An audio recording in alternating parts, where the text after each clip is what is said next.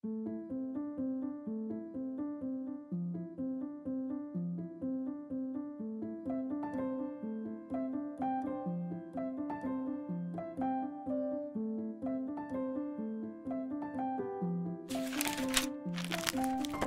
think in a barber, I look for someone that will kind of make me push the envelope a little bit and do something different, but that also respects my sensibility for just really simple, like classic style. So my original barber was out in Long Island. I live in the city. I used to travel an hour and a half to get to my barber, and he recently stopped cutting hair. If you have dreads, braids, a fro, that took some investment, people get very attached to their hairstyle. The tradition of the haircut was a form of strength and rebellion. It's a form of therapy, like a free therapy session. Barbers have so many different hats that they wear. The fashion guru, they're the sports analyst, they're the philosopher. It's the train of thought, you know what I mean? I'm always thinking when I'm cutting. Movements are built in barbershops. BTS grooming was birthed out of me working in the industry for so long. After touring with Keith Sweat for 15 years, Bobby Brown and Eddie Murphy, Mike Tyson. I'm Nas's barber, Chris Webber's barber, Grant Hill's barber. I let my work speak for me. A great barber can hide a flaw. Not saying that you're flawed, brother, because I know I'm flawed. You know, everybody's flawed. But Amen. Everything had a little chance that we could be a little better. In this profession, that's what your client wants. Whenever they walk out of that chair, they know they got that perfectionist or damn near the perfect haircut.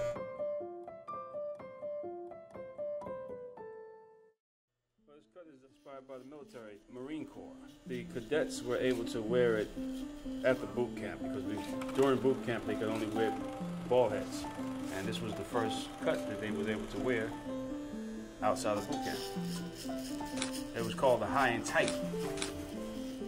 They call it a ball fade, skin fade now because they're adding style to it, but the military, they don't do style. It was called a high and tight, as if they was putting a bowl on top of his head and shaving around it. And then, you know, a little blend here and there. you see that there's the contrast from the dark to the light. What I'm gonna do now is eliminate all the darkness so that I can see if there's any extra little light that I need to bring out. Perfect fade, really, there is no beginning and then there's no end. It's kind of an infinity type look. That's when you know you have a perfect fade. I've been wearing this style since I can remember. I'm originally from St. Louis, so it was just one of those haircuts that has always been a part of my being. It always reminds me of home, but I'm starting to embrace it more now just because I want to feel closer, you know, closer to home, and I'm starting to move into a new direction of my life, and I always want to have something to feel a part of, you know, something to travel with me as I grow, and this is a cut that, you know, really is that. Simplicity is sometimes hard to capture because it's so simple. Cutting a Caesar. Clean cut and a nice shape up. So that's a Caesar, a hustler. That's what it's called in Philadelphia. Different backgrounds, different slang, different haircuts, different terminologies, different ethnic groups, different areas. You want to call it different things. Technique, organic, as possible. It's a mark. It's easier for people to see kind of what you're about, what you've done, and what you will do. I feel like this hairstyle is geared towards action. Like, I feel like an action hero with my hair like this. I've always just been like I've always just been a bald dude. It's like, this is me. It's my head shape where I got a lump, bump, scratch, cut, nick. Somebody hit me in the head with a hammer. You have to show it all. Yep, I learned that the hard way. My barber pretty much raised me. You know, a lot of barbers in urban areas and urban communities, they become a therapist. When you grow up with someone like that, like me, I would always go to my barber for any type of advice when I was a young kid. Steady hands and experience. This style basically started in the 50s, early 50s, when a lot of people, like Martin Luther King, was getting their hair tapered and close and gelled down. where they started using their natural hair texture to show more style instead of being military shaved down like they just came home for the service. The personality, how it looks to the side, how they had their own individuality. The Afro was in the 40s, 50s, and 60s, and 70s, a form of strength and rebellion. Afro was definitely a statement. You know, say it loud, I'm black and I'm proud. Wear your Afro as big and as long as you possibly could. You weren't going to get a decent job working in America with an Afro cut because it wasn't accepted at the time. There's been a lot of changes in the American culture. Now that today, as opposed to yesterday, a lot of things are more accepted. The fact that we are not the same, we don't look the same, is more accepted as opposed to back in the days. If you didn't look like me, you weren't accepted. Now I think that people know and understand that if a person can do the job, by all means give them the job. You know, whether their hair is long or in dreads or kinky or long straight hair, you know. Times have changed, things have gotten better. I think we see each other for what we are as opposed to yesterday. Yesterday everybody had to conform, but nowadays I think everybody embraces their differences. I'm a Pisces, right? So decisions are not really easy for me to come by. So my girlfriend was in the shop, and I'm asking my barber, I'm like, yo, should I get a part? Like, should I get...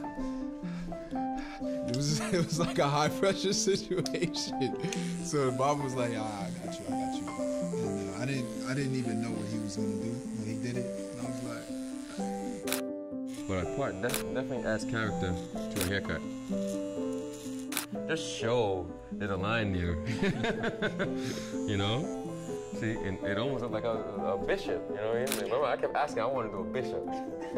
I noticed everybody's asking for the Nas haircut. The iconic Nas cut, aka the Illmatic. It's a highball fade with the half moon part. It's like a every 5-minute request.